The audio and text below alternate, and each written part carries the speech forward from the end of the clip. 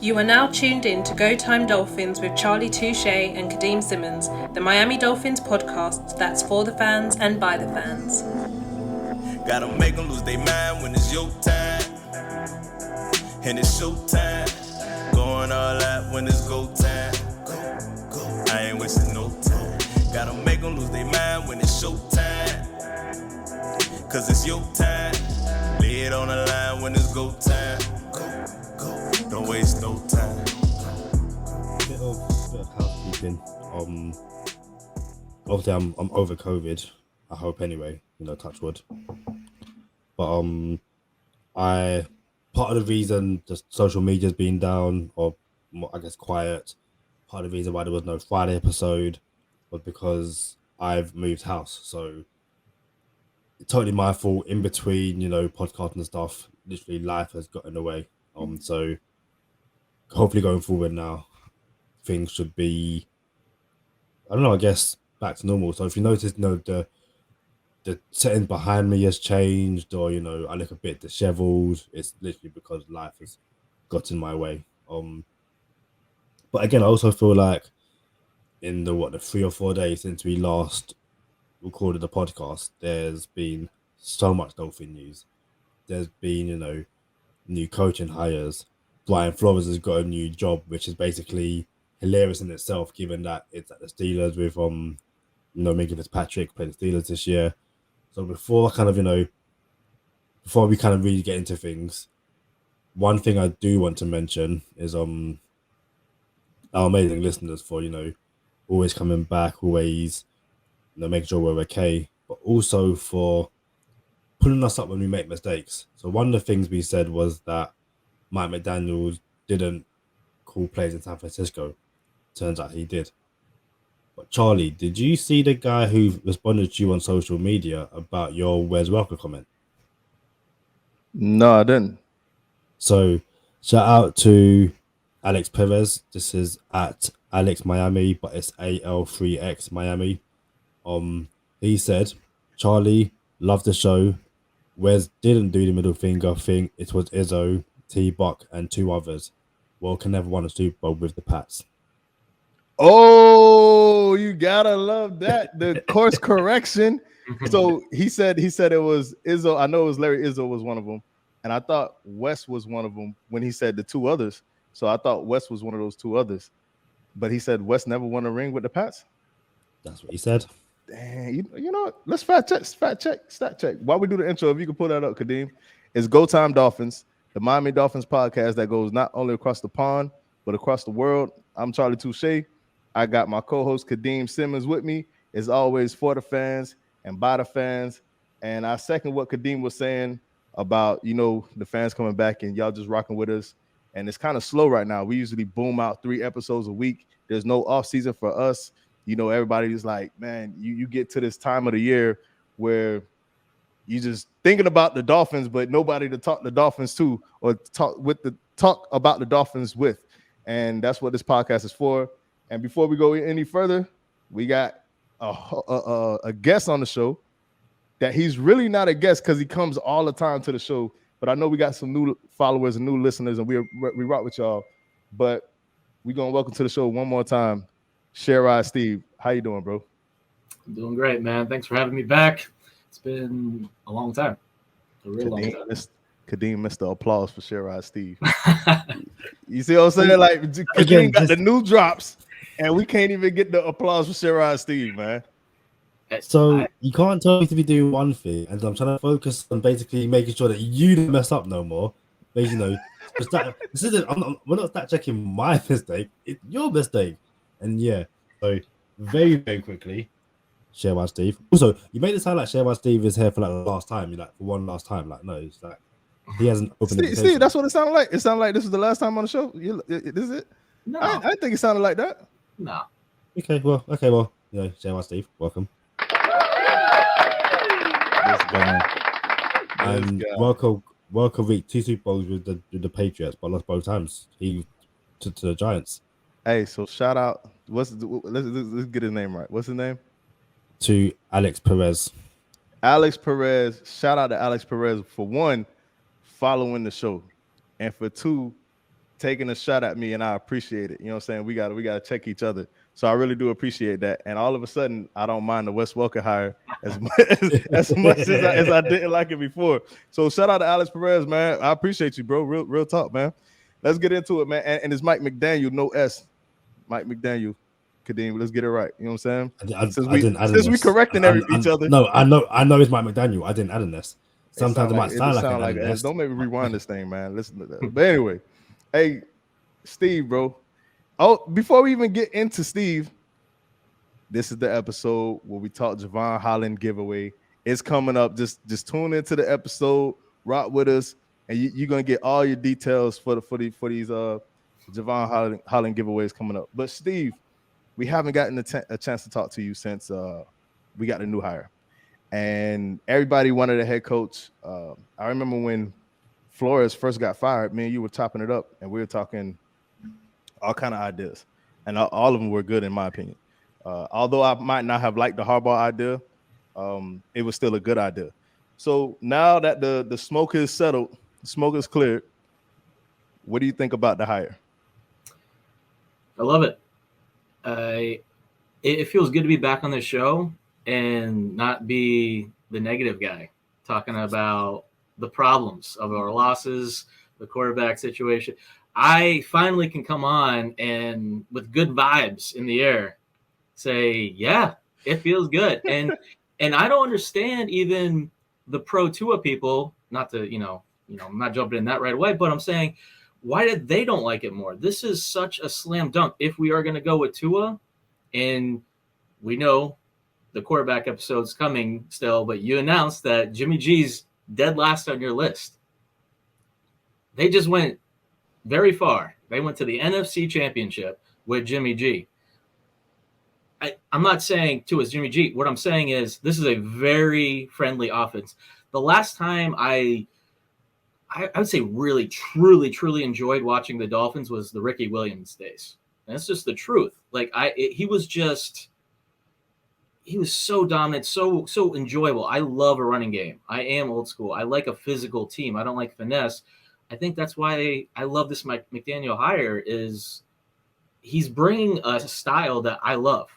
And I said it even before the Giants hired Dable. I didn't want Dable at all. When you are, and I know he has Josh Allen, so it's hard to judge him. But when you're capable of calling a QB sweep at any time you want and it's effective, anytime, like it's a legit run play, it's easy for you. You got to Stephon Diggs on the outside. I'm just saying I didn't like his offense. He didn't run the ball with the running back.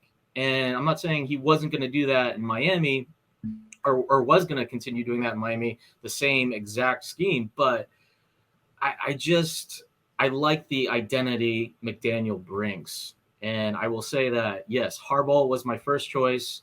Yes, we flirted around with the Peyton idea. That quickly, as soon as I saw that Peyton conference, I was like, okay, that never wasn't even in the realm. That not even close. So I quickly, that was a pipe dream that was a pipe dream. And then it shifted, okay, who are we looking at? And there wasn't a lot of candidates. There just wasn't. And it was Dable was up there. Once he left, it was like, whew. And then Kellen Moore, I'm with you. That Dallas offense is way too talented to not run smoother. It just offensive line, weapons, the running back, Pollard. Don't even give me Zeke. Pollard's a nice, serviceable back.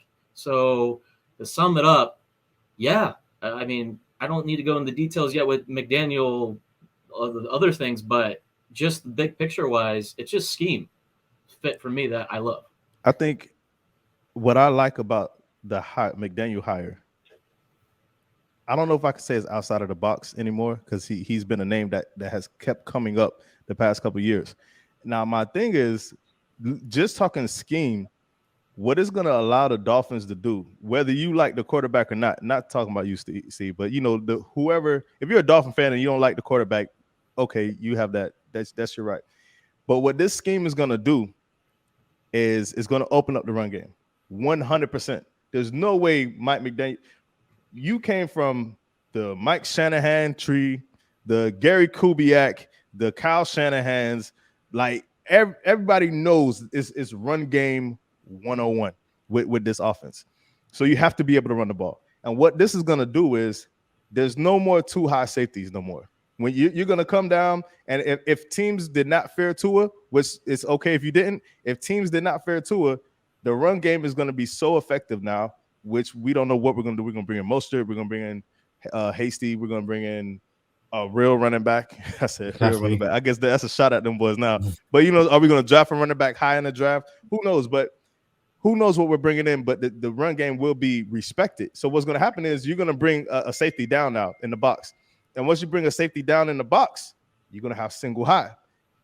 The proof, hey, this is it. I said it last episode. Proof is in the pudding.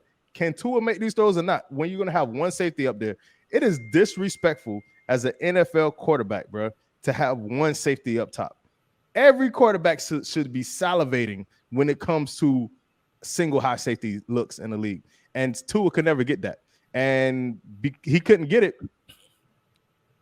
We won't go into that. We won't go into that. But you know what I'm saying? It's going to be a look that we haven't gotten before, and we're going to be able to eat it up. And I just can't wait for it. One, because we're going to have a running game now. Not just that Tua's going to prove himself, but we're going to have a run game. So I'm super excited about it. You got something to say about the hire, Kadeem? Not much outside of what was kind of being said already. It's, we kind of spoke about the whole premise that this hire is going to be, okay, Mike Gesicki is going to turn into Kittle if we keep him, or who's going to be our Deebo Samuel. And I was saying, well, that's not the case. We should be excited to see how our own players develop. The Lynn Bowden Jr., the Jalen Waddles. If Gesicki stays, then great. How he takes that next step, but also your Hunter Longs and stuff like that. But it's also, I think Mike McDaniel was starting to step on your corner, Charlie, with the whole, fantasy talk. Because I believe in one of the interviews he had last week, or maybe the week before, he was asked about, Jalen Waddle, and he was like, yeah, pick him up in fantasy. Yeah. He was like, you're going to want to pick up that guy in fantasy. So to me, that, that's exciting things. It's how are we going to get the best out of Jalen Waddle? And I feel like I'm repeating myself over and over again, but if you can get the run game going in the RPO, Tua excels in the RPO game, but also Jalen Waddle wants slants. Like, I'm sure at some point I would like to talk to ShareRide Steve about the Super Bowl and Joe Burrow's performance and stuff like that. But the one thing the Bengals have had all season was run after catchability. Jamar Chase will catch a ball on a 1 yard pass and take it 70 yards because he made guys miss and stuff like that. And it's something we never saw from Jalen Waddle. And hopefully, we can not just scheme Jalen Waddle open, but like you said, Charlie, get single high safeties look, get past, the linebackers, and all of a sudden Jalen Waddle has one guy to beat, as opposed to some of these throws where he was thrown to him and there was like 4 guys on him straight away, or, the infamous Jacoby Brissett high pass to Jalen Waddle in our own end zone. It's like, dude, what are we doing? So, no, I'm, like I said a lot on the last episode. I'm just looking forward to Miami Dolphins players, being trusted to excel in what they excel in. So, before we give it back to Steve, my dog Kadeem ain't back yet. You know what I'm saying? Like, I know there's a lot of new listeners, and you wondering, man, this guy's a little too mellow. You know what I'm saying? Like, the dog just got out of over COVID. We usually take shots back and forth, and it's kind of pain. I got this pain in my chest for my dog right now to know that he's still. So, very quickly, it's not just that. Now I've moved back home. Yeah, it's not just me worrying about my flatmate waking him up. It's my mum, my dad, and my 2 sisters, and they've got work tomorrow morning. So it's given the time here right now in the UK, I can't be screaming and shouting. There might be some episodes where I'm subdued, not because I'm inside myself. It's literally the last thing I want is my mom running down the stairs, peeking her head right at the door and saying, Kadeem, shut the F up. Like, I don't need that. Like, it would be great podcast material, but I don't need that. So Hey, Yeah, you might see a quieter Kadeem. we don't never script on this podcast, but we might have to script that one in one of these episodes. So what are you looking forward the most, Steve, with the just knowing that there's change? You know what I'm saying? What are you looking forward to the most outside of the obvious, which is let's find out if Tua is the guy or not? Yeah, it's I mean, the Flores thing, years ago, Flores seemed like he was the guy who's going to bring the right culture. And he did to a certain extent because he kept apparently everything so tight in-house that it felt like it was much better than it really was. And I think that there was overall it was probably pretty good. And then towards the end, people are going to fire shots on the way out the door. But it just for McDaniel, to me, he feels like this new age hire that you like the Sean McVay. I mean, it's cliche. Everyone's been saying it, but this guy can connect with people. He seems to like, a lot of players. And when Flores came over, you're going to have Patriot players saying, oh yes, love Flores. Like when someone gets hired, you're going to have people that are going to back you and support you. I get that. So it's easy to say, oh, Debo Samuel, one of these premier guys, is all about him. But he's just a young guy that I think will be able to communicate better. I'm looking forward to just freshness in the building where we're not stuck in old times. I feel like this locker room needed something fresh, and he's just like the right mix. I really do believe that he's exactly what we kind of need. And Tua needs too. I mean, let's face it, like the guy, he did not have a lot of good breaks in Miami from the jump. And this seems like, hey, everyone, you get a chance. Waddle, I'm going to try and make you an MVP. Like, I mean, That's basically what he said. I think and Flores didn't really say that about players, right? Because that's not his style. Right. It's not the New England style either. Exactly. So I like this. It feels fresh. We'll see. It's the honeymoon phase right now. Like there's no losses. Everything is pretty. So it does feel good though. And I will admit, if we hired Dable, I wouldn't be saying that. Like maybe he would have a nice press conference, and get me a little more excited. But the truth is, I really did want this guy. Besides Harbaugh, Peyton, and then it was McDaniel. So I'm happy about it, man. And I'm even happy with the fact that, like I said, this is a QB-friendly offense. So I'm not going to be coming on here saying we got to get rid of Tua. Like I'm moving past that. I really am. I was never like a complete hater of him. You'll see where he's at on my list. I won't say right now, but this is just a QB-friendly offense. And I'm not saying any bum can make it work, but it just feels like McDaniel's the right fit for us. He really is. I ain't gonna lie. Any bum can make this offense work. bro, listen. And we keep alluding to this quarterback list. For everyone who's listening right now, we keep alluding to this quarterback list. We had a list. Myself, Steve, and Kadeem. We have a quarterback rankings episode coming out, and it was gonna come out about a week ago. We'll just say maybe a little over a week ago, and we had to push it back. We haven't recorded it yet. I don't want you guys thinking it was pre-recorded, but we were going to record it, and then the scandal came down, and it was just too soon. The scandal was hot button topic, so we had to cover that. But so what Steve was just saying about his quarterback rankings, we list everybody. All of us have a list. We got Bert who rocks with the podcast. Shout out to LB. We got a couple other lists, right, that we're gonna go over, but it's everyone's quarterback ranking.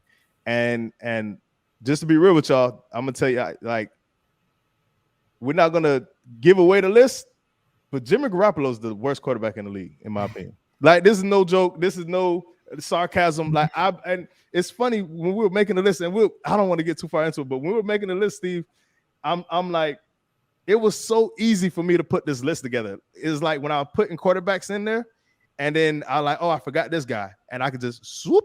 I could just swoop me. I didn't have to move. Oh, well, he's not better than him. It's perfect. And then I realized, where am I going to put Jimmy Garoppolo? Where can he go? And honestly, with my whole heart, I'm like, yo, he's the worst quarterback in the league. So if Jimmy Garoppolo could get to the Super Bowl twice with this offense, I'm happy with the direction this team is going. So we got some more new hires since our last episode, Kadeem. What do you think about the new hires? And do you want to go with the you want to tell everybody what some of the movement has been with the coaching staff? So I believe it's just Pat Surtain and Sam Madison, DB coaches to work on the defense and stuff. There was a funny interaction on social media. So listen, I've been told I can't get current players on Dolphin jerseys. You know, the Kadeem curse. It is what it is. So hold on. Tell everybody what the Kadeem curse is, bro.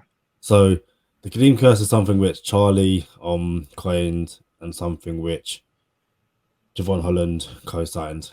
But it's basically virtually every single Dolphins player I've ever got in a jersey has basically left.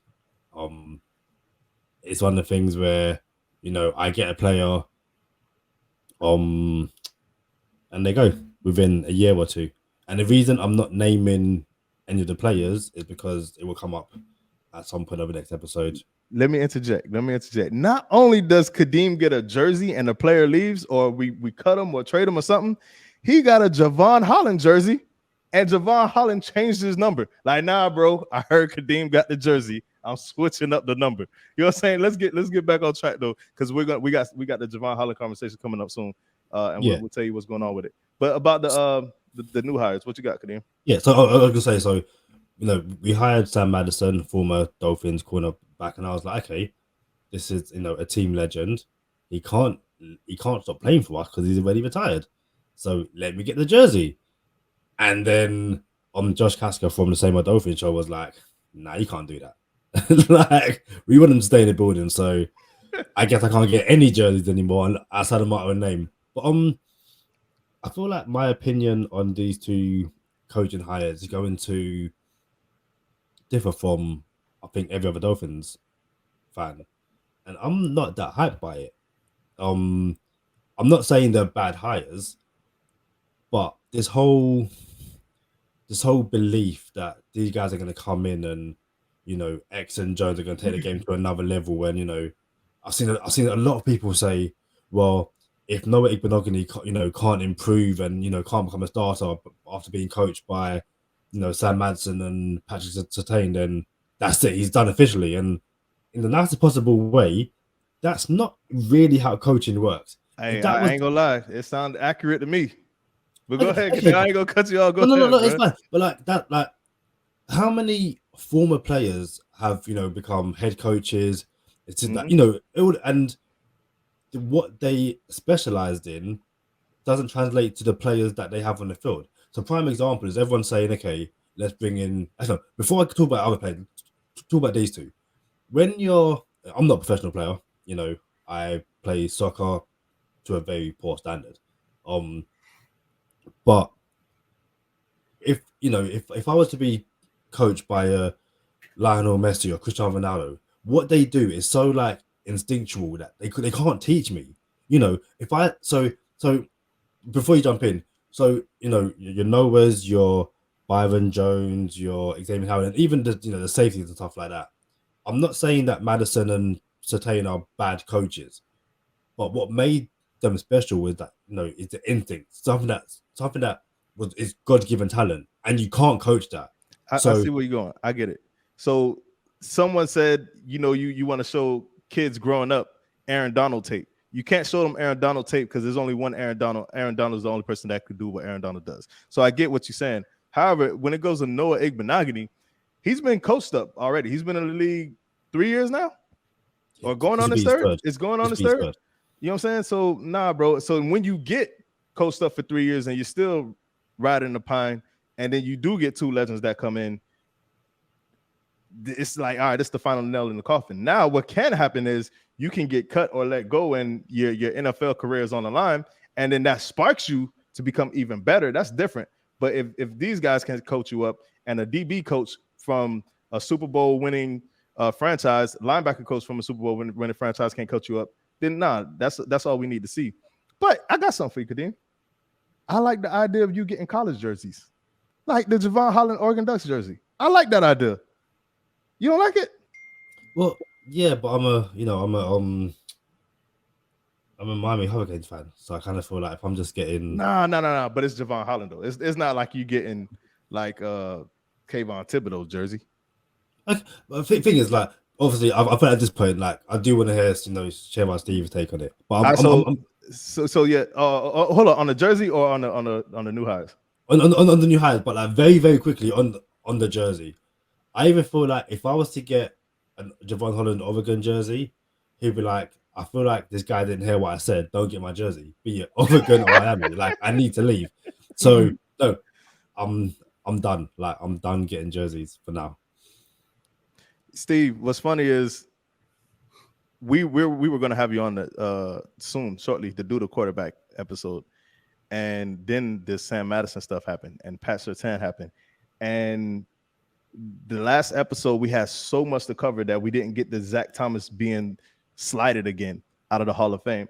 So the reason I needed to have you on this show was not only to help the listeners understand. If you're a younger listener and you didn't get to see Zach Thomas play before, and you didn't get to see Sam Madison and Pat Surtain play before, it's one thing. Like just like Kadeem said, he wasn't as enthused as some other people are. Like, man, this not a shot, but bro, that was our golden years. That was my golden years of a Dolphin fan.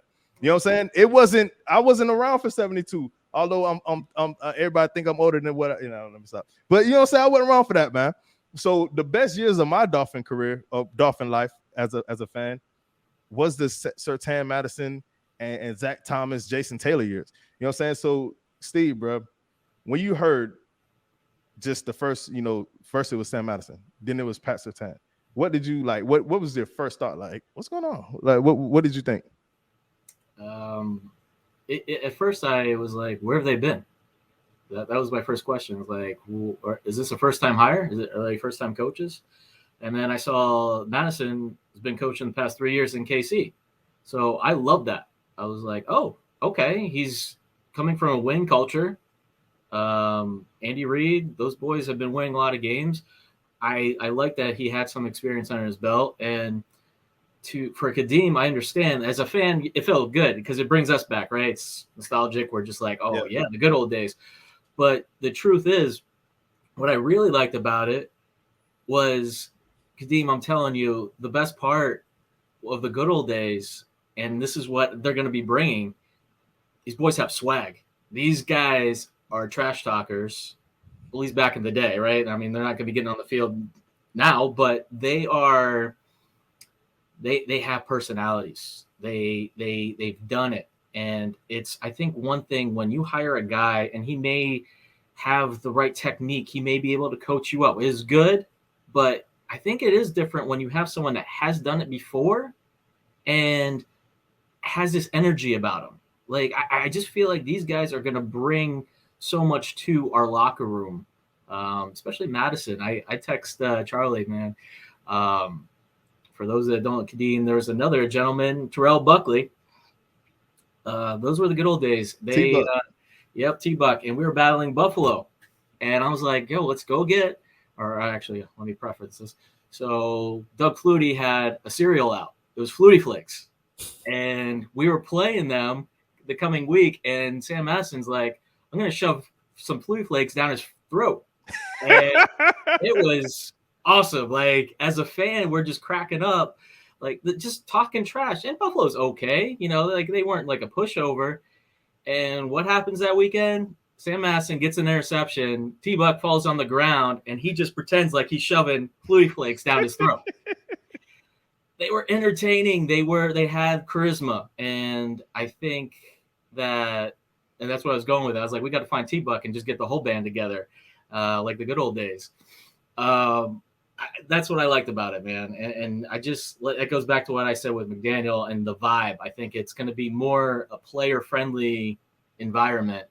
Coach player are going to have good relationships instead of the old school approach where you fall in line, more of the military approach, like the Patriot way. Yeah. Did that answer your question, Kadeem? Like I understand the hype and why people are so excited. I'm just saying, like the guys we have in the building. It's such a weird situation. Maybe because as a Man United fan this season, I've just seen one of my favorite strikers in Ole Gunnar Solskjaer join back over the past 3 years as a manager, and the team somehow managed to get worse.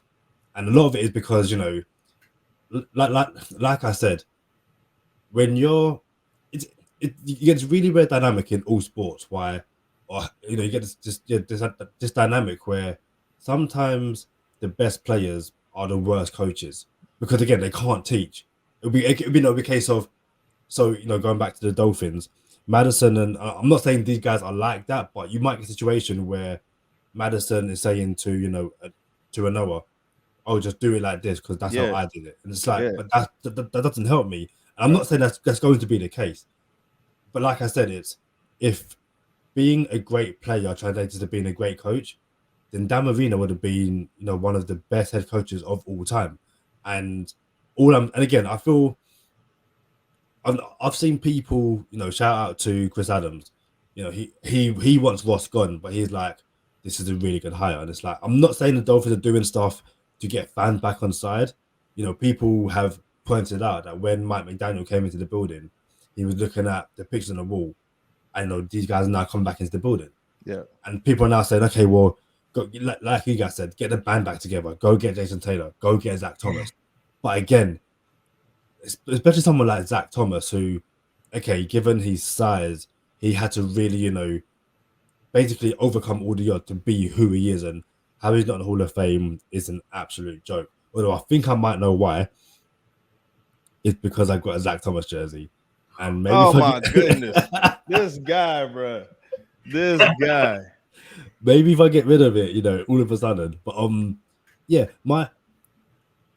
maybe it's when we first hired Mike McDaniel, I was just like, I'm not gonna get too excited. I'm in full wait and see mode. And this whole take that if these guys can't make Noah Igbinoghene an NFL starter in Miami, then he has to go. It's like, in the nicest possible way, I don't think this is ever going to be the case. If you look at what Brian Flores done with our DBs, you Nick Needhams and stuff like that. If he couldn't get anything out of Noah, then in the nicest way possible, what do you think these two are going to do? That's how they go, well, I did it like this, you do it like this, but that's not how coaching works. Here's my thing. Go ahead, Steve. No, I was just going to say they're just position coaches too. So let's not get carried away that we just brought them in as a DC. Position coaches move around all the time. It's rare to even see a position coach stay on a team for, 5+ years or whatever. I'm more excited about our offensive coordinator. I'm more excited about our other moves. Yeah, those are feel good moves that are nice as long-term or lifelong Dolphin fans, but don't get it confused. I'm not thinking that all of a sudden our DBs are going to turn into Deion Sanders. Like it's a feel good move for me, but from an X's and O's standpoint, I'm not over the moon about it. Here's my thing. For me, when I heard Sam Madison was coming back, I'm like, oh, I like that. I wasn't thrilled about it. Like I wasn't over the moon, just like Steve just said. I wasn't over the moon. I'm like, hey, that's pretty cool. And then to have Pat come back too, and now there's talks of Chris Chambers might be the assistant receivers coach. I'm like, listen, it's the timing for me. It's not like these boys came when Flores was here, and the defense was already good anyway. The defense has been good enough, right? In my opinion. So, but we could always be better. We're just an average defense, believe it or not. I know people think we have one of the best defenses in the league, but statistics will tell you that's not true. We can have one of the best defenses in the league, but we don't. So the timing of the uncertainty of Mike McDaniel, like, oh, can he build a staff? What's he going to bring to the table? Is he going to be able to be a general, a leader? The timing of Mike McDaniel, and then now to have these legends come back in the building, for me, it's almost like, yo, we care about the image of the Dolphin brand. You know what I'm saying? So if it's gonna go down, we're gonna be here to help prevent it from going down. So it's not as I'm not as thrilled about the on-field. Oh yeah, they're gonna be able to coach these boys up. It's not that for me. It's really them saying, because they live down here. They still live down here. They've been living down here forever. They never left. You know what I'm saying? They might, like you said, he might have went and go coach in KC, but they've been living down here since they played down here. So for them to want us to say, nah, man, we like Miami's we're taking some heat. The Dolphins are taking heat, and we're not gonna go out like chumps. And that's why, well, maybe that might not be the sole reason, but it's like they put their name on the line too. So it hit me in a different way. I'm like, man, I like that. So for Chris Chambers to want to come back and be assistant to the Wes Welker, it's like, dang. Like I remember, what's your boy name? The head coach in Detroit. He was our coach. He was our interim coach before. I forget his name. Dan Campbell, right? Oh, that he's in Detroit Lions, yeah. Yeah. So Dan Campbell, he has a whole bunch of former players, and he was like, man, some of the boys to get on the field right now. You know what I'm saying? And I guarantee you, bro. I guarantee you, just the attitude that Madison and Surtain bring, I guarantee they're going to be in bold and face. Like, bro, you can't beat me right now. You know what I'm saying? I'm 45 years old. You know what I'm saying? Lynn Bowden, 25, 23. You know what I'm saying? You can't get off the line right now. So I would love to see that in practice. Like I would just like to be there for the rapping. Very quickly, and it's something I saw someone tweet, and this would be quite exciting. And you guys know I'm a next guy. Like, there's no two ways about it. I am a next guy. But someone was like, "Do you reckon Surtain could talk to his son and get him to come to Miami, and then send Xavier Howard down to Denver?" Like, listen, I'd be kind of cool with that, But no, it's very much.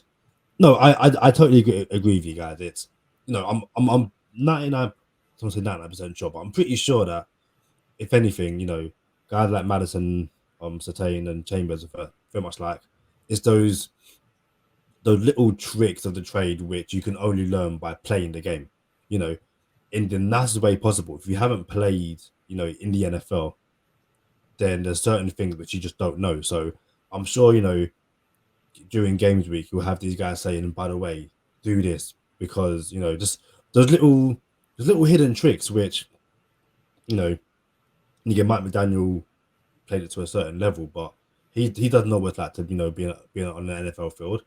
I'm sure Pat Surtain saying, yo, Jevon Holland, if you start doing this, the referees won't pick it up, all that kind of stuff.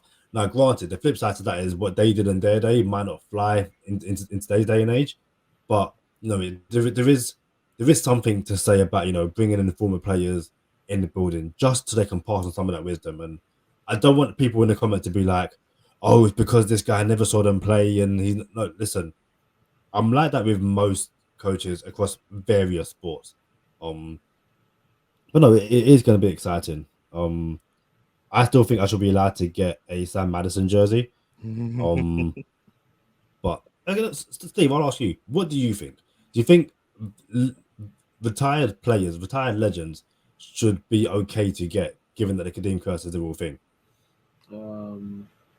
Yeah, I'm cool with it. Thank you. I'm a throwback guy anyway, so I like to see throwback jerseys. I ain't gonna lie, I like it too. I just also like Josh Casker giving you a hard time about it, but I thought it was a good idea. I also just thought one of the first jerseys I got the current throwback jersey. I got that with Zach Thomas on it, so I have two Zach Thomas jerseys, one legit throwback one, and then one new. Yeah, that. Zach, my bad. That's on me. Sorry about that. Hey, it's Go Time Dolphins, the Miami Dolphins podcast that goes not only across the pond but across the world. Charlie Touche, Kadeem Simmons, ShareRide Steve in the building. As always, for the fans and by the fans. Talking Dolphins football. Jevon Holland giveaway coming up. We're not yet, Kadeem. We'll get to that. We're gonna chop it up. Tell you how to win these Jevon Holland cleats, autograph Jevon Holland cleats. There's another new hire, and when they first hit the fan, I wasn't sure about it, and I was all right. Let me sleep on it, as they say, sleep on it. Darrell Bevell, ShareRide Steve. What do you make of the Daryl Bevell hire? I love it, man. I texted you when we hired him. I was like, I love this move. I texted you both actually about it. What we all I think agree with was during Flores' tenure, even before last year. So our expectations were high, like playoff, at least a playoff win minimum. And then he did this co-offensive coordinator garbage in the offseason. Like we were all scratching our heads, like, what's going on? Like, why are we not trying to get a, not a Chan Gailey, but someone that's younger, more established, that knows his X's and O's. Instead, we're just keeping everything in house, and it's weird. And finally, we're getting guys that have experience, that can bring things to the table. I feel like, I'm not trying to knock all of our past coaches because we're keeping a lot on the defense, but on the offense, there wasn't the guys that did leave. Where did they go? What are they doing? Are they hot names in the NFL? They're not. And I'm not trying to dog on them, but Bevell has history. Like, he really has a resume where he can say, I've been there, done that. And he's a quarterback coach. So that's why I go back to, and when not like Sam Madison, there's no reason to go hard in the paint and be like, this is a bad hire, good hire. It's a position coach. Okay, just take a step back, relax. There's tiers here, and he's towards the bottom. And Bevell, as a quarterback coach, I just think the experience that he brings to the table, as a 2-time interim coach, winning a Super Bowl, how could you not like that? It's like, that's what I like about McDaniel. I feel like he's bringing some experience in, and then some of these moves seem like they're just savvy. Like Sean McVay, as smart as he is, he's made a lot of great coaching hires. He just has. And I feel like there's this underground of guys that just know who knows their X's and O's, who's elite. Yeah. And I feel like McDaniel is doing that. And it's early. Everything feels good, but some of these are just veteran hires, and some of these are kind of no names. And you're like, once you read the resume a bit, you're like, okay, this guy might be just ready to blossom as a known guy in the league. What you got, Kadeem? It's weird. I don't want to move away from what you just said. We're talking about, there's tiers to all this kind of stuff, and how a lot of the guys on the defensive side of the ball have been kept. But one guy we did keep on it, or another guy we kept on the offensive side, was the offensive line coach, but he kind of got a demotion. Yeah, he got demoted to assistant. John Pierre got demoted to assistant O-line coach. He was the third O-line coach under Flores. Go ahead.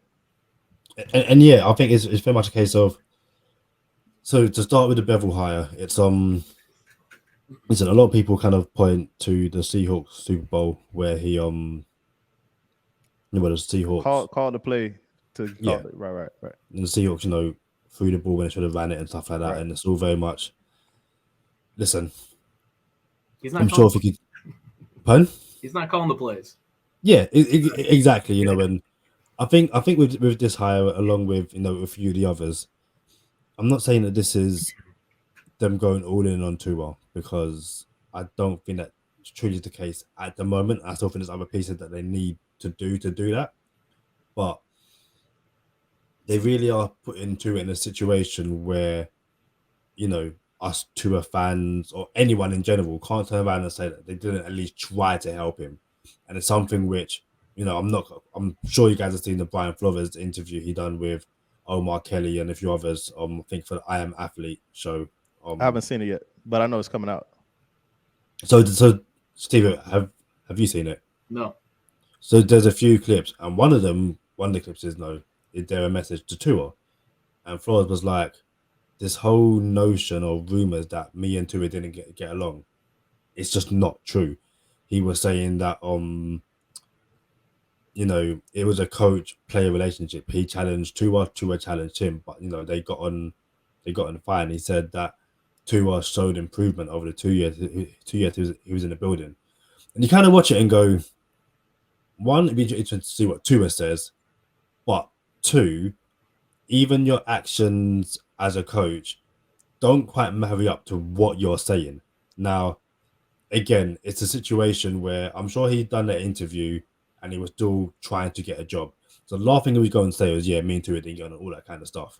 But there's certain decisions he made both on and off the field where, if you're being honest with yourself, Dolphins fans, Tua wasn't put in a situation where he could thrive. And I think with these coaching hires, at least so far, that can't be the case. If Tua can't, if the season started tomorrow with the exact same, I'm not going to say tomorrow, if we didn't add anyone else in, no new offensive lineman, no new wide receiver, any of that, but Tua had 2 to 3 months, a full off season with these coaches and all that kind of stuff, and 3 to 4 games in, you're just like, this kid hasn't improved. He's stagnated. Like I said, I myself, as a massive Tua fan, would be like, okay, we tried, we failed, let's move on. So at the bare minimum, the Dolphins are trying to get the most out of their, 5th overall pick from 2 years ago. I'm gonna be real with you. This coaching staff is, on paper, is already better than a lot of coaching staffs in the NFL. Like, this is not just we're the Dolphins and we just threw a group of guys together. This staff actually looks better than a lot of other staffs already. And you can insert any quarterback into this. This is not the staff for Tua. Like, this is a Tua-oriented staff. Nah, that's not what this is. These boys legit know what they're doing. You could put any quarterback with this staff and they should be able to have success. You said a whole bunch of stuff there, and I want to be able to remember that I make sure I touch on everything. Jean-Pierre was demoted to assistant offensive line coach. I didn't like that move. I don't even know why he's in the building. You know what I'm saying? But like my dog said, I ain't gonna say no names. Well, he was like, yo, he don't need any influence on the O-line right now. So he I don't understand why he's there. We had a 32nd ranked O-line in the league. What I don't understand that. So I really don't understand that. So what you were saying about McVay, Steve, O'Connell took the head coaching job in Minnesota. And when we were still looking for a coach, we interviewed Thomas Brown. That was the running backs coach for the Rams. And it was a head scratcher for me and you, Steve. And like, you got to imagine people do their due diligence and know who's the who's in the network. Now, Thomas Brown was rumored to be O'Connell's office coordinator. So all this is Sean McVay's pipeline. So there's got to be some merit to it, right? These you never know until it plays out. So what you said about Flores, Kadeem, I don't want to get too far into this because we gotta watch the interview. We'll have a little segment on it, but I think he's going on a damage control tour. So I think he has to try to clean up his face. You know what I'm saying? He has to say whatever he has to say because at first I think he has some support. The initial, lawsuit, I think he has support, and because there's truth to it, right? So I think everybody was like, hey, I feel you. But then he didn't get the Houston job and the Saints job, and then he just threw some more teams on the lawsuit. What's your boy name? Hugh Jackson didn't help him out at all. You know what I'm saying? He ain't doing no favors. You know what I'm saying? So I think this is just damage control. We got to clean up your image a little bit because you're not the most likable guy. You know what I'm saying? So yeah, let's go with damage control. So I don't take anything. And ask Tua.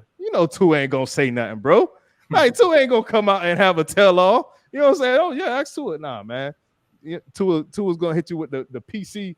Yeah, I wish him the best, and I appreciated his time here. That's it. That's all you're gonna get. You know what I'm saying?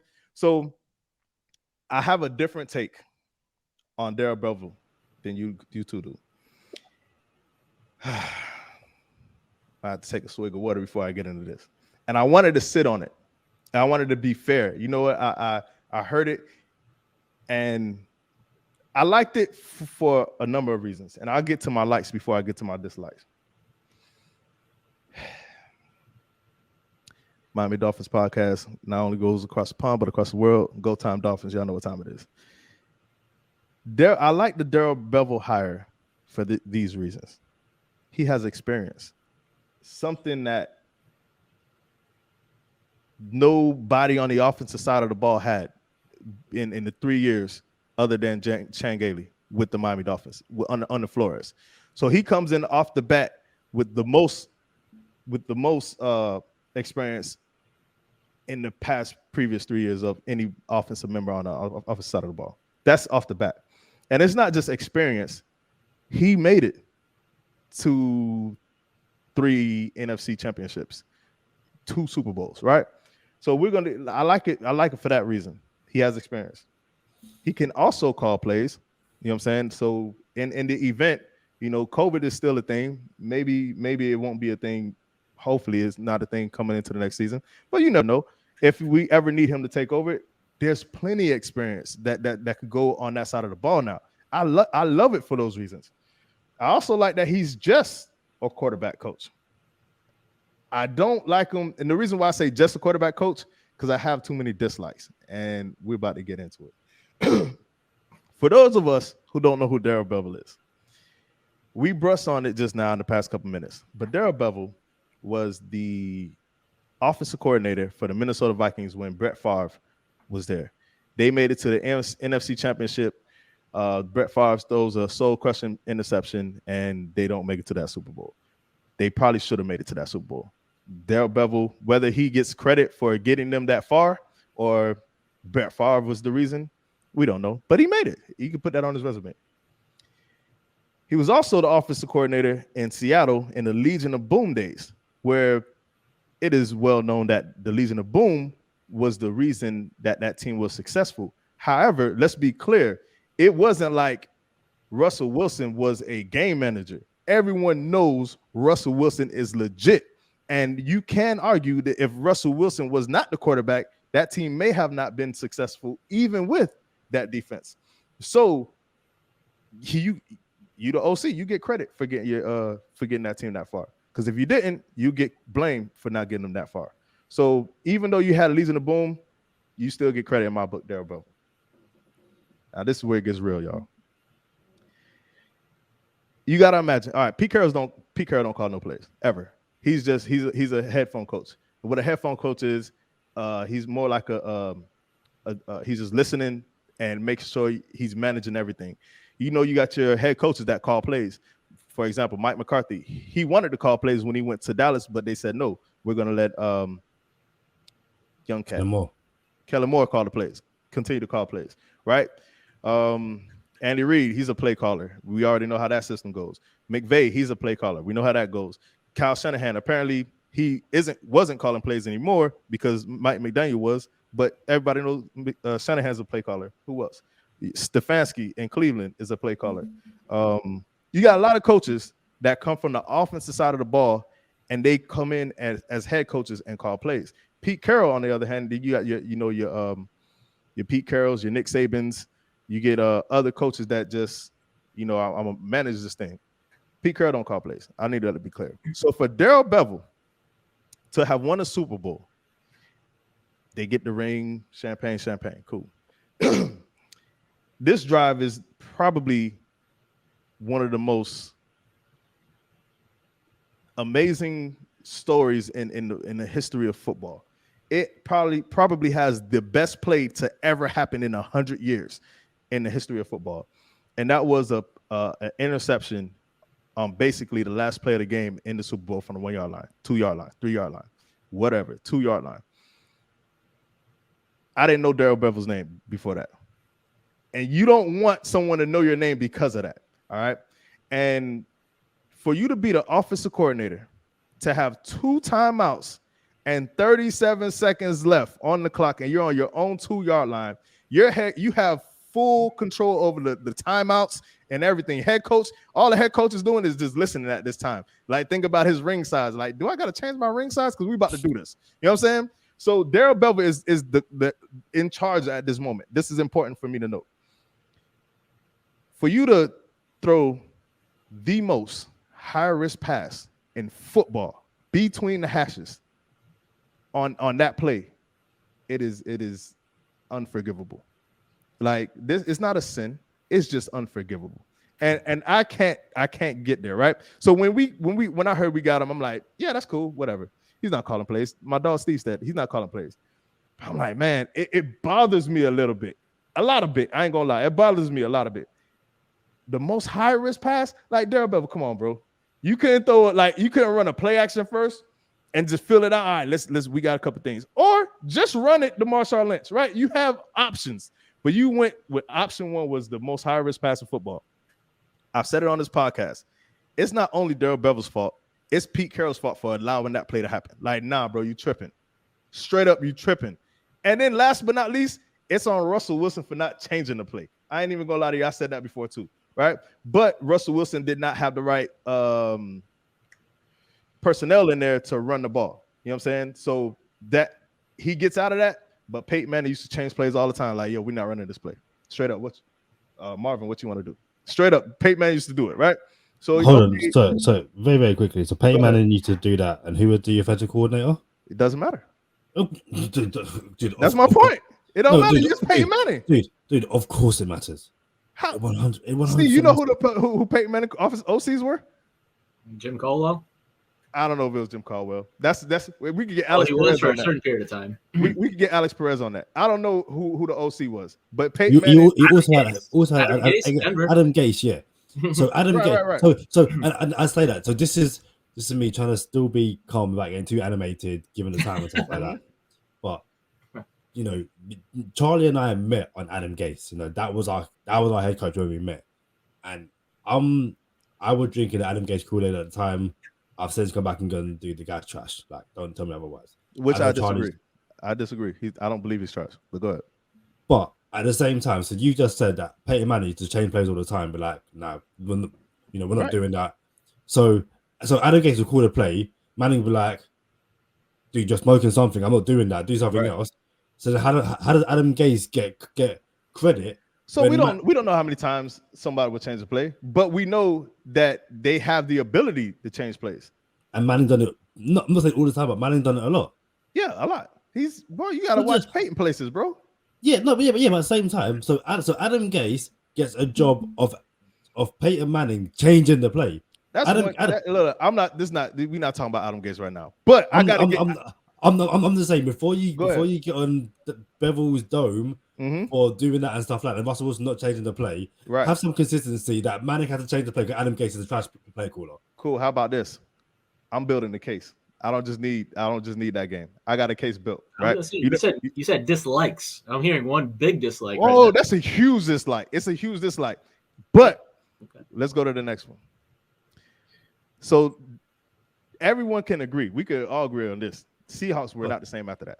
They actually discombobulated. They fell apart. There was a whole bunch of pressure. Say what? Some breaking news pertaining to the draft. So this comes from Rap Sheet and Tom Pelissero. Agents representing more than 150 draft prospects are organizing a boycott of all testing, on-field workouts, and interviews at next month's NFL scouting combine if heavy bubble restrictions aren't changed, sources tell me and Tom Pelissero. Unless the NFL and the combine agree to ease those restrictions, allowing players access to the full team of coaches, trainers, ATCs, as in past years, many top prospects will only do medical evaluations next month in Indy. That's wild. We'll get to that.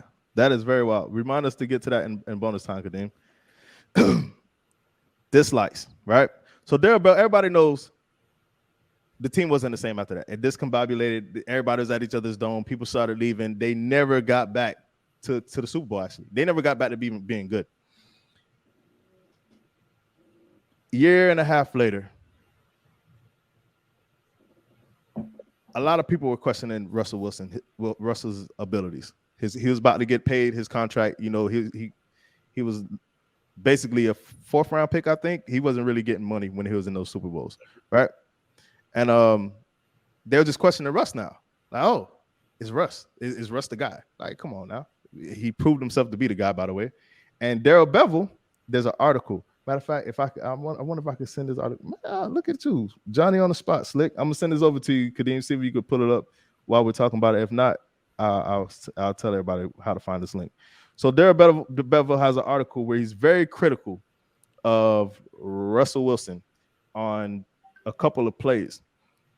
One was in a 2-point conversion where it's critical 2-point conversion. We're gonna need this to win this game or tie the game to go into overtime type thing. And Russ didn't put the ball where it needed to be. Darrell Bevell came out publicly on we'll pull it up here if we can in a second. And he said, Russ needs to throw a better ball and go through his reads and all this other good stuff. Kind of threw Russ under the bus. I didn't like that. Reading it, I didn't like it. So here you go. Who wrote this? Kadeem, can we scroll up a little bit? Is that possible? Mike Norris. All right, shout out to Mike Norris for this piece of information. 2015 lets you know when Darrell Bevell was basically critical of Russell Wilson on a couple different instances. But yeah, we'll have this up. It's a link. We'll actually reshare it on Twitter as well, so everyone can actually read the link and not just take my word for it. You guys can take away whatever you're going to take away from the article. So Darrell Bevell was critical of Russell Wilson, and I feel like, man, kind of, you know what I'm saying? Kind of tough for a quarterback to not put the ball where it needed to be is cool. But then there's, in the same article, if you scroll down a little bit, there's more of a here we go. I'll just read a little insert. I think you got to make sure that you give him a chance. We're working with him every day in practice. I think, by the way, that was our first pass interference call. Maybe that's not where I was trying to get to. But we're going to tweet this so you guys can read the article. For your OC to be critical of you publicly, it's like, man, bro, what are you trying to do, right? And I felt like he was trying to displace the blame a little bit. I'm like, it's a team sport. You know what I'm saying? You win as a team, you lose as a team. But Darrell Bevell, on the other hand, was kind of like critical of Russ Wilson. Cool. Russ gets his payday, and obviously, Russ is gonna be like, yo, I'm about to get paid, but I'm not working with Darrell Bevell no more. That's not news. That's skepticism. I'm not reporting that, but I'm skeptical. Like, if I gotta believe Russ was like, yo, if I'm working here, I'm not working with Darrell Bevell no more. Darrell Bevell goes to Detroit. Y'all remember this? I don't know if y'all remember this, but I remember this very well because I love Matt Stafford.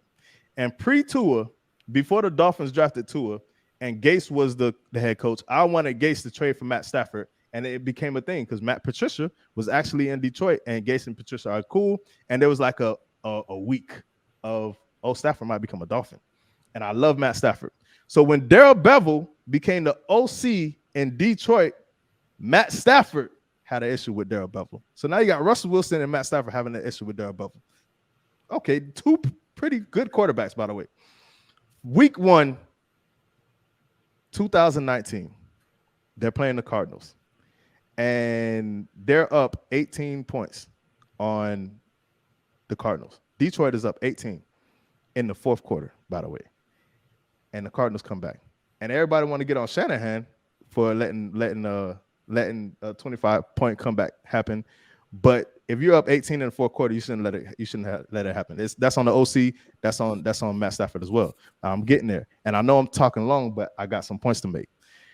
Matt Stafford gets the ball with 3 minutes left, and Cardinals have no timeouts in the fourth quarter. And you guys can pull this up on YouTube. I remember this when it happened. Matt Stafford calls his own play. Hence Peyton Manning, like something that Russell Wilson should have did. Matt Stafford calls his own play. It's 3rd and 5. Calls the play, gets the first down, and turns out there was a timeout call. Like, the play never happened. That play was, in essence, going to end the game. Like, if you get this first down, game's over. They get the first down. Turns out somebody called a timeout. Darrell Bevell is seen in instant replay running down the sideline, calling timeout. Basically, I didn't call that play, Matt. I don't know what you're doing. I want to call my own play. This is a true story. This is no longer speculation. We got to run 3rd and 5 all over again. This is for the game. This is the win the game. 3 minutes left, fourth quarter. If you win, if you get this first down, game's over. Darrell Bevell called times out. Matt Stafford is livid. Darrell Bevell calls a play. Do y'all want to know what play he called? I'm not. Y'all don't got to answer. 3rd and 5, game's on the line. He runs all Aggies go. For those who don't know what an all Aggies go means, everybody run a bomb. 3rd and 5 for the game, bro. Everybody run a bomb. That was it. That's what Darrell Bevell drew up. You feel me? I'm like, yo. So Matt Stafford comes to the sideline, and there's footage of this. This is too good. if you could, Kadeem, if you could pull up Just Trust Me, Matt Stafford, Just Trust Me on YouTube. Matt Stafford's on it. So he throws the ball, he runs the play. You know what I'm saying? They just call this play. Matt Stafford runs the play, and he's hot.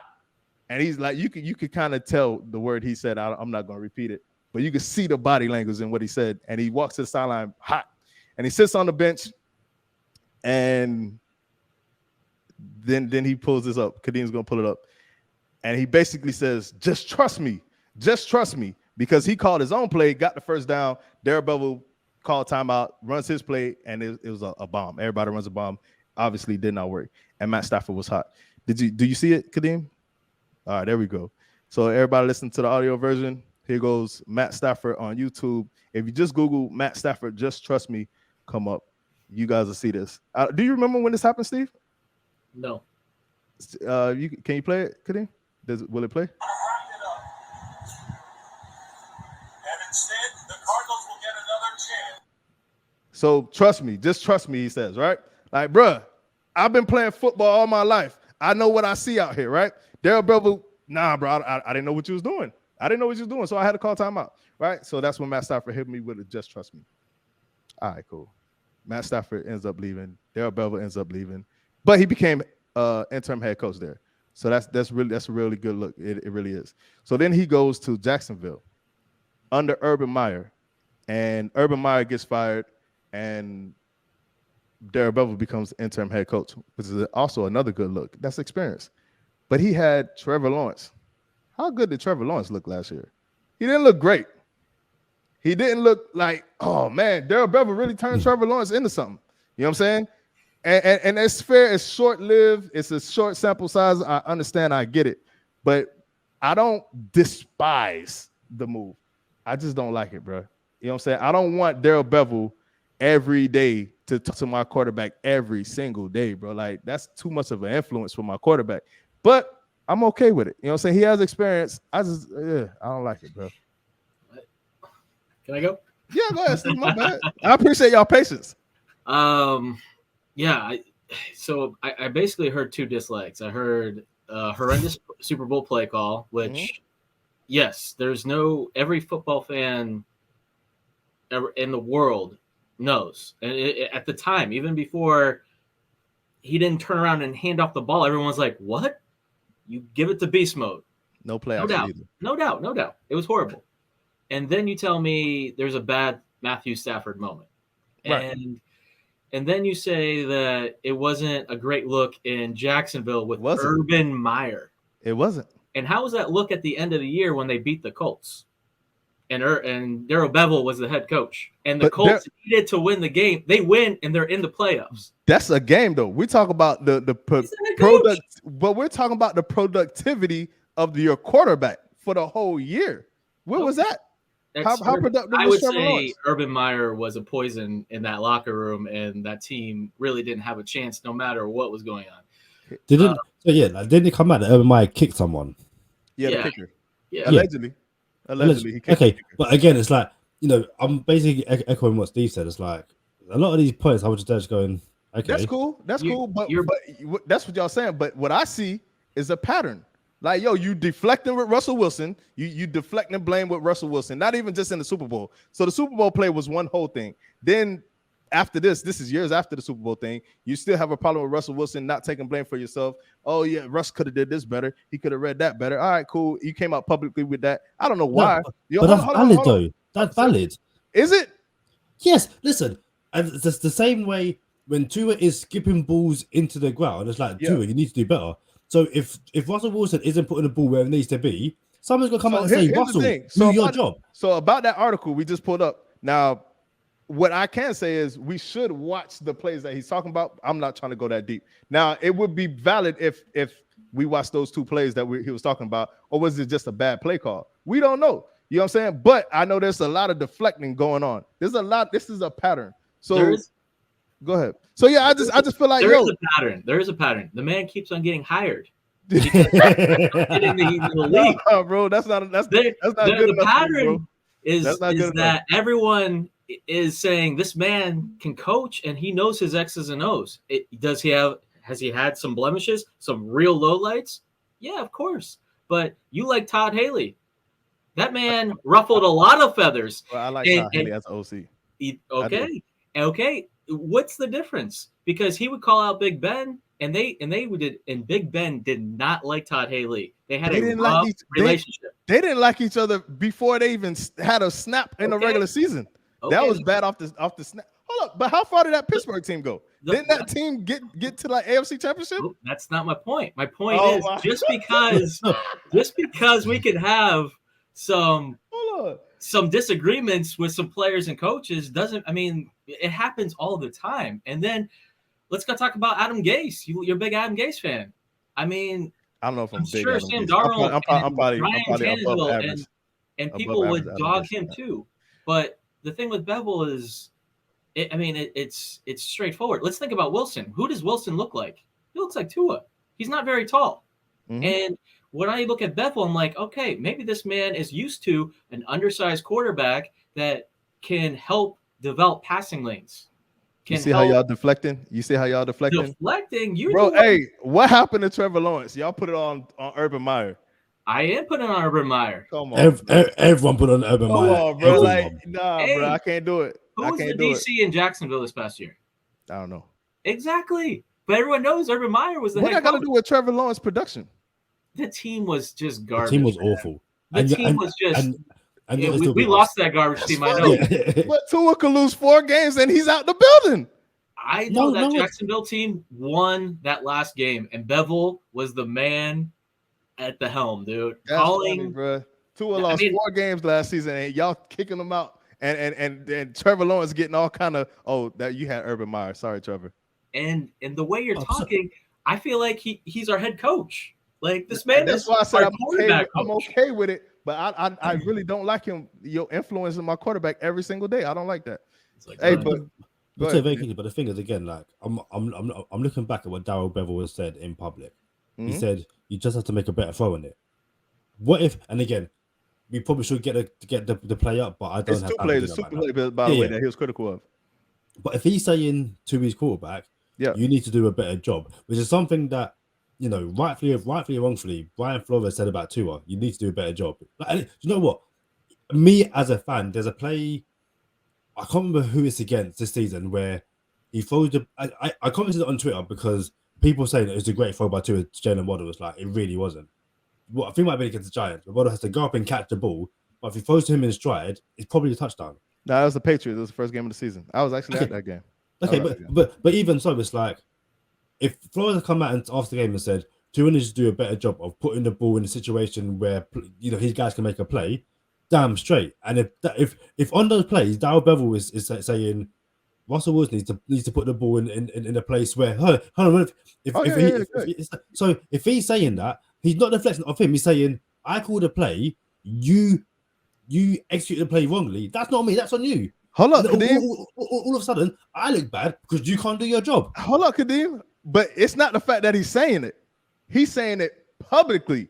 You know what I'm saying? Like, that means it has reached a level where he has been under the microscope more than once for you to say it publicly. So now it's like, well, that does not mean that. Hold on now. So now I wonder if Russell was like, bro, you could just call a better play. How about that?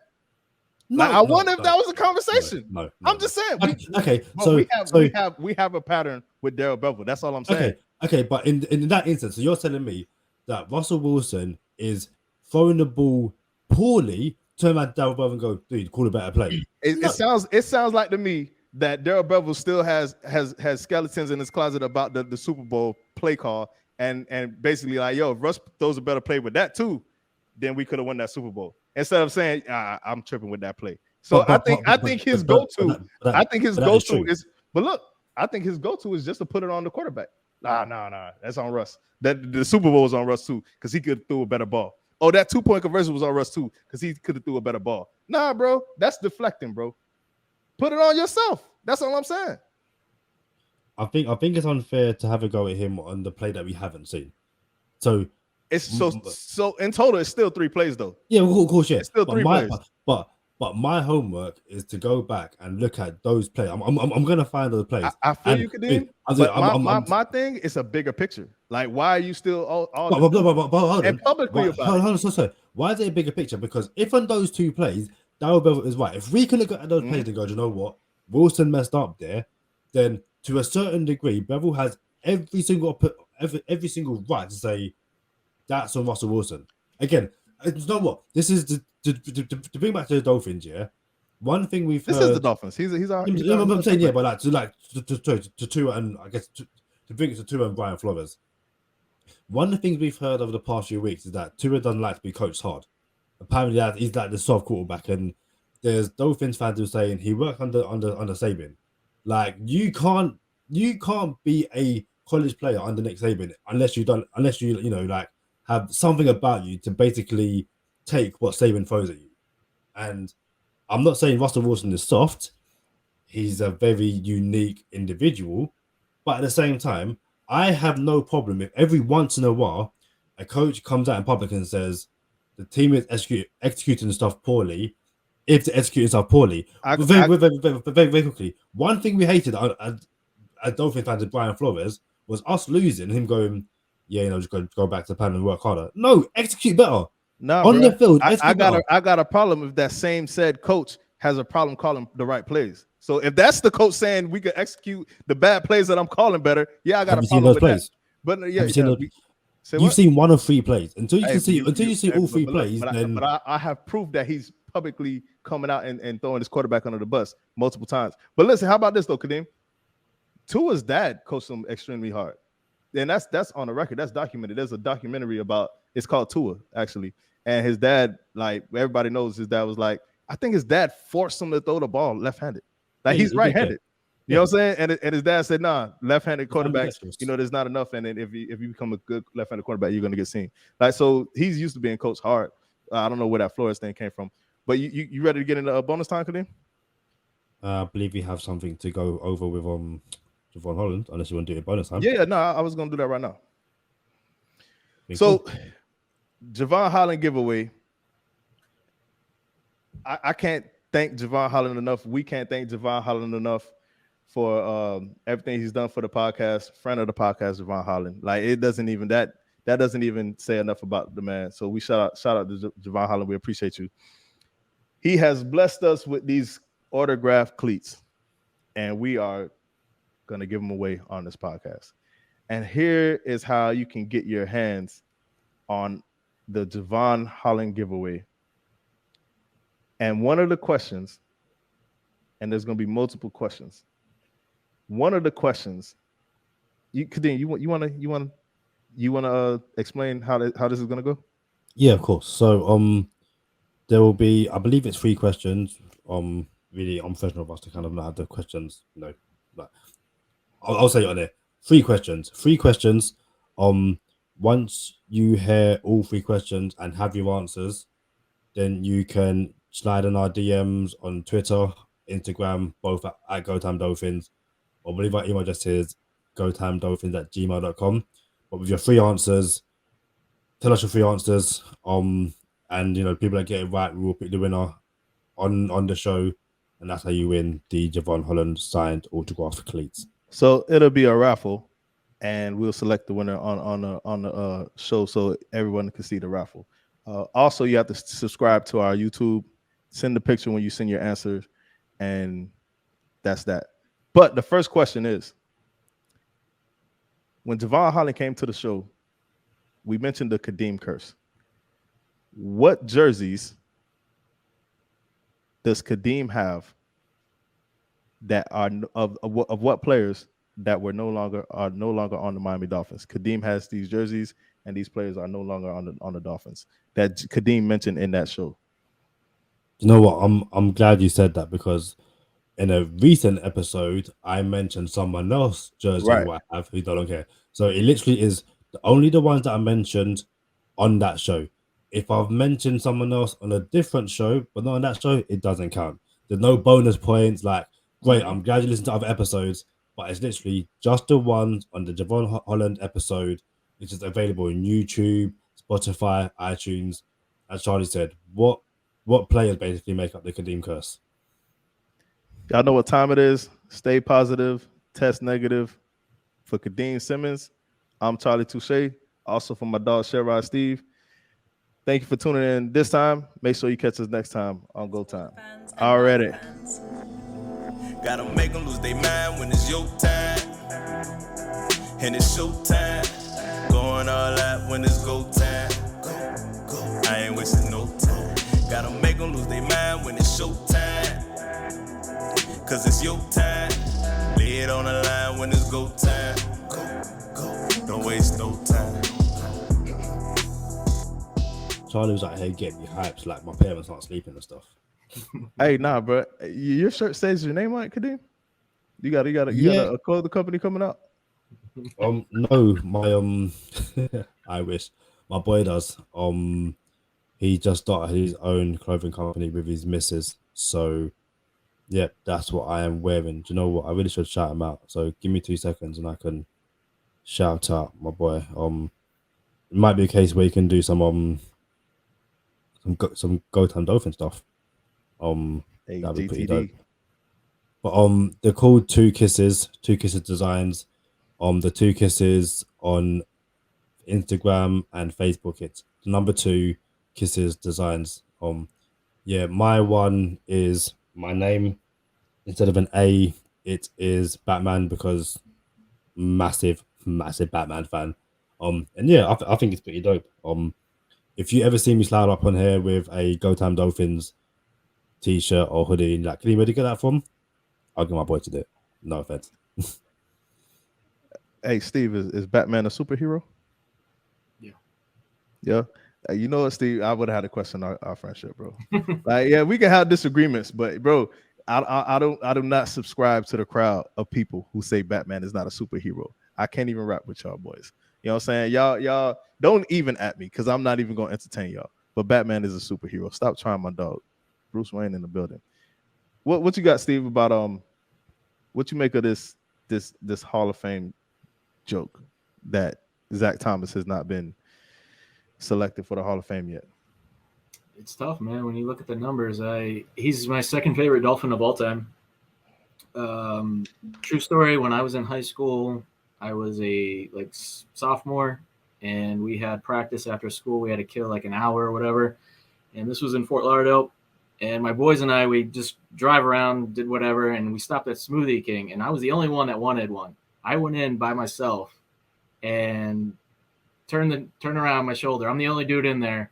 Zach Thomas walks in, and here he was in the area getting like a scope on his knee. I was a 16-year-old kid, like just obviously a huge Dolphins fan. He was so cool to me, so nice. I can't begin to tell you. He was just like, yeah, I'm getting my right knee scoped and blah, blah, blah. And just like talking to me like I was an adult, really. And just what, he could have blew me off real easy. He was so nice, man. And I'm not saying he deserves to be in the Hall of Fame because he was nice to Steve at Smoothie King one day. ShareRide Steve, Hall of Fame. But the numbers are there. And he's just undersized. And I feel like that's what he gets knocked for. And you look at Sam Mills, you look at these other guys' resume, you just do the blind. It's the blind test. You know what I mean? Mm-hmm. Just take the name off.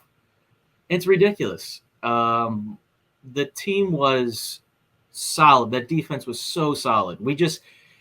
It was Marino's twilight years. The offense just didn't click enough for us. But Jason Taylor and them boys, led by Zach Thomas. Zach Thomas was the heartbeat of that team. It wasn't Jason Taylor. Jason Taylor was phenomenal, but Zach Thomas made it go. So I personally believe he will be there. And I'm going to say it is very, very likely that I will be there in Canton when he goes in. Hey, I always wanted to go. Steve pulling up. I always wanted to go, man. And actually, I've been to Canton, but I want to go when a Dolphin goes, and it's Zach Thomas. I hope to be there, man, to applaud him. You might catch him in the streets, bro. Like, you gonna tell him about the 16 story when you were 16? I don't know, probably, man. To be honest, I'll keep it short and sweet. But yeah, that'd be dope. Elevator pitch him, like, yeah, man. One day I was at Smoothie King, you was getting your knee scope. I was 16. You remember that? He might, bro. You'd be surprised. I don't think he'll remember it, but when I say like just a genuine good dude, I think everyone knows that anyway.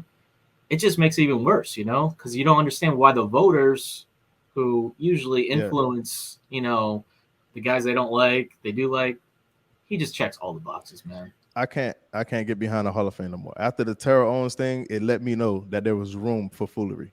You know what I'm saying? Now that you just dislike somebody, Right. it let me know that it's not about football no more. It's about something else now. I don't know what it has to be about, but Zach Thomas, T.O. got messed around with, and there's a couple other people out there that we could talk about. But yeah, man, I think next year I'm gonna be done with the Hall of Fame. Like I'm not entertaining the Hall of Fame no more. But straight up, man, I'm not entertaining them boys. What you got to do? You gotta go though.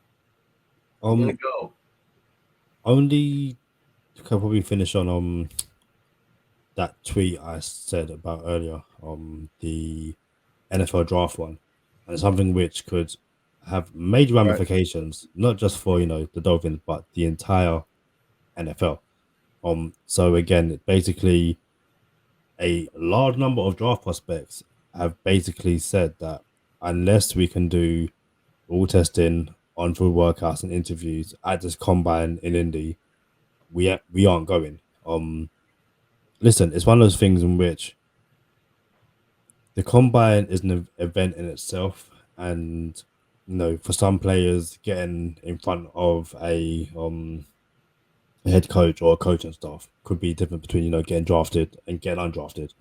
It's quite amazing that the Dolphins last year drafted Waddle and Phillips and stuff like that, given the restrictions. Now people could say that actually these are great players. You didn't need to sit down with them to understand how great they are, but we don't know what COVID is going to be like in a few months. I'll say a few months, next month. I believe that's when the combine is. But yeah, this could be massive if 150 players, basically sit out. And it'd be interesting if that does happen, if teams turn around and go, I'm moving you down my board because, you aren't basically turning up, or you're doing limited stuff and other people are doing the full amount, I guess. It's funny because these some of these teams really rely on the combine. They might have to outsource their work to somebody like Charlie Touche, who could just look at film for 7 minutes on YouTube and tell you if you got a ball player or not. It's funny to me how that happens. But nah, man, everybody, we need to see a combine, man. I like to see a combine. But it is what it is. Somebody need to hire me, man. I want to draft some players. For real. You got something else? What else, Steve? That quarterback list, man. You might not want to publish that if you Listen, want. Now it's coming out, and you know what's funny? I look at it from time to time too, because I know we got the show coming up. I really believe in this list, bro. I'm ready. I'm ready for you, Steve. Like, quarterback ranking episode is coming up soon, and just know it's gonna be fireworks, for real. Don't be sending that to Mr. Greer. This guy. You got something, Kadeem? Just that we will. I say we're back like we've gone somewhere, but back to two at the absolute minimum, 3 episodes. And yeah, man. It was very quickly. If you're still listening, basically an hour and a half in, I apologize for the subdued Kadeem. Just bear with me, while I basically, as a grown man, try to not get in trouble by his parents. And again, like, you might see my sister pop in, every once in a while, stuff like that. The way my mum is, I don't want her on the show, because at that point, I won't be on the show no more. My mum will take over. She doesn't know anything about football, but she's such a character. I promise you'll be like, Kadeem, don't come back. I want to chat to your mum. Yo, you gotta let. Hey, I told you we don't script nothing on the episode, but we might have to pull the trigger on that. Jevon Holland giveaway.